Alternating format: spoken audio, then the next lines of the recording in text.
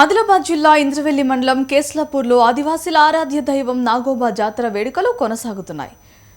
పుష్యమి అమావాస్య అర్ధరాత్రి నాగోబా ఆలయంలో మహాపూజ నిర్వహించిన తర్వాత జాతర ఉత్సవాలు అధికారికంగా ప్రారంభించారు. మెస్రం వంశస్థుల సుదూర ప్రాంతాల నుంచి తరలివచ్చి నాగోబా సన్నిధిలో పూజా కార్యక్రమాల్లో పాల్గొంటున్నారు. ఇక్కడికి వచ్చే భక్తులకు ఎలాంటి అసౌకర్యాలు కలగకుండా అధికారులు అన్ని రకాల ఏర్పాట్లు చేస్తున్నారు. కేస్లాపూర్లో జరుగుతున్న నాగోబా జాతరకు సంబంధించి మరింత సమాచారం మా ప్రతినిధి రమేష్ అందిస్తారు. నాగోబా జాతర ఆదివాసుల ఆరాధ్య దైవమైన నాగోబా జాతర ప్రారంభమైంది. మరి నాగోబా జాతరకు ప్రభుత్వం అన్ని విధాలుగా ఏర్పాటు చేయడం జరిగింది.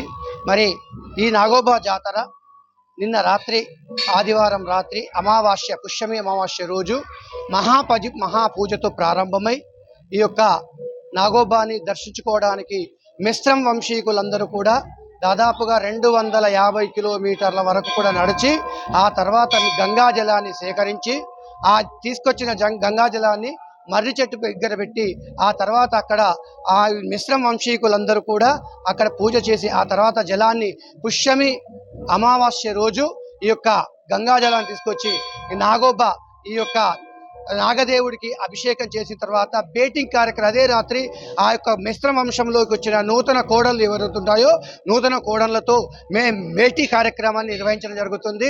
ఆ భేటీ కార్యక్రమం అనంతరము మరియు ఇక్కడ మరి కొన్ని పూజలు ఆ యొక్క ఆదివాసుల ఆరాధ్య దైవానికి ఏ విధంగా పూర్వకాలం నుండి పెద్దల నుండి వస్తున్న సాంప్రదాయం ఏదైతుందో ఆ సాంప్రదాయం ప్రకారము ఈ యొక్క నాగోబాకు పూజలు చేసి అనంతరము జాతర అంటే 5 రోజులు కూడా ఇక్కడ ఈ జాతర కార్యక్రమాన్ని ప్రారంభించడం రావడం.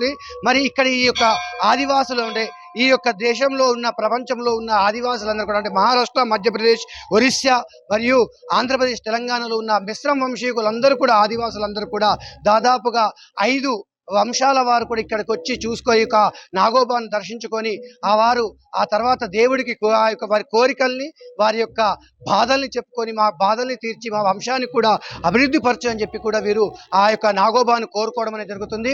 ఇది నాగోబాలోని ప్రధానమైన ఘట్టము. మరి నిన్న ప్రారంభమైంది.